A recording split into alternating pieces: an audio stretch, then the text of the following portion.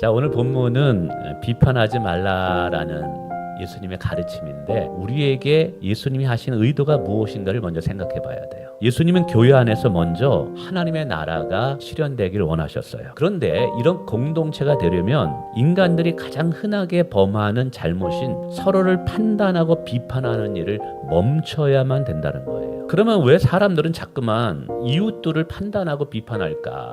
판단하는 이유는 내가 상대방보다 좀 낫다는 우월의식 때문에 그래요.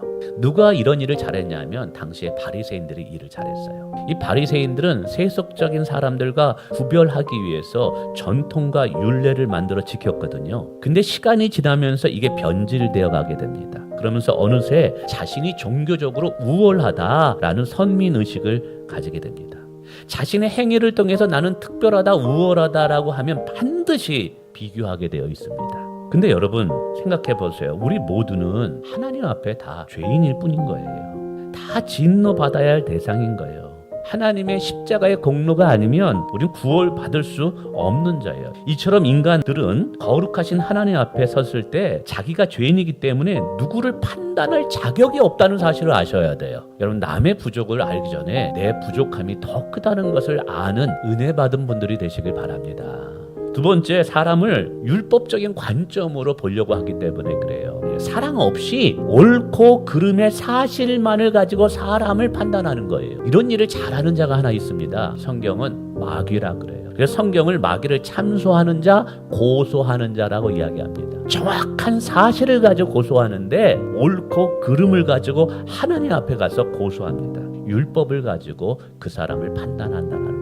사랑이 없이 옳고 그름만을 판단하면 어느 누구도 그 잣대에서 살아남을 자가 없다라는 사실이에요. 불완전하다라는 것은 단점이 있다라는 거예요. 실수할 부분이 있고 약점이 있다라는 거예요. 완벽한 분은 하나님 외에는 없어요. 그 사람을 바라보는 내 안에 사랑이 있느냐 없느냐에 따라서 대상이 다르게 보일 수 있다는 사실을 기억하셔야 돼요. 그래서 예수님의 사랑으로 보면 모든 분들은 하나님께서 내게 보내주신 분들임을 알게 된다는 사실입니다.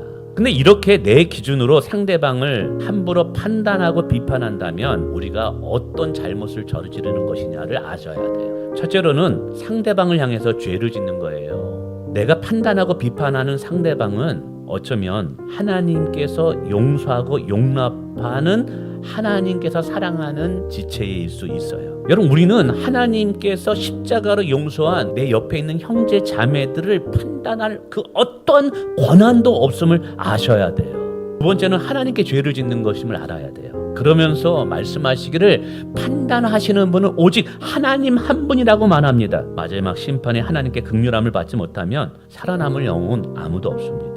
헤아리는 헤아림으로 내가 헤아림을 도로 받는다 그랬을 때 이 헤아림이 긍휼함이에요. 이 헤아려 줄 때 하나님께서 어떻게 한다고요? 마지막 심판 날에 나를 긍휼히 여겨주신다라는 거예요. 하나님께서 긍휼히 여겨주신다면 여러분, 우리는 어떤 죄도 용서받을 수 있는 은혜 받은 자가 될 수 있다는 사실 기억하시길 바랍니다. 셋째로, 판단하고 비판하게 되면 교회를 분열시킬 수 있음을 알아야 돼요. 판단과 비난은 하나 되지 못하게 하고 반드시 교회를 분열하게 하고 찢어지게 만든다는 사실이에요. 근데 교회가 뭐냐면 여러분, 그리스도의 몸이라고 이야기하고 있어요. 그래서 판단하고 분열해서 교회를 찢는다라는 것은 그리스도의 몸을 찢는 거예요. 판단하고 비난하는 것은 내가 다시 예수님을 십자가에 못 박는 것이다, 예수님의 몸을 찢는다라는 것임을 아셔야 돼요.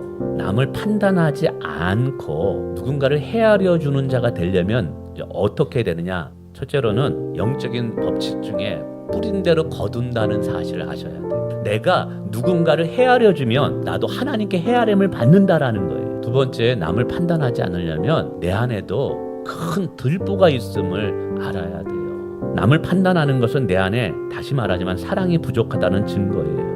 은혜가 떨어지면요, 자꾸만 사람을 율법의 기준으로 판단하게 돼요. 자신의 들보는 보지 못하고 티끌만 보이게 됩니다. 자신의 부족을 더 많이 볼 수 있는 분들이 되시길 축원을 드리겠습니다. 마지막으로는요, 나의 들보가, 그러니까 나의 단점과 약점이 이미 예수님 안에서 용납되어져서 하나님이 나를 더 이상 판단하지 않는 것을 알아야 돼요. 그 두려움에서 내가 누구로부터 판단받으면 어쩌나, 비판받으면 어쩌나 하는 이 두려움에서 해방되어지게 될 때 비로소 우리는 그 자유함을 가지고 누군가를 판단하는 그 못된 습성에서 자유함을 얻게 돼요. 여러분 기억하세요. 여러분을 하나님이 판단하지 않습니다.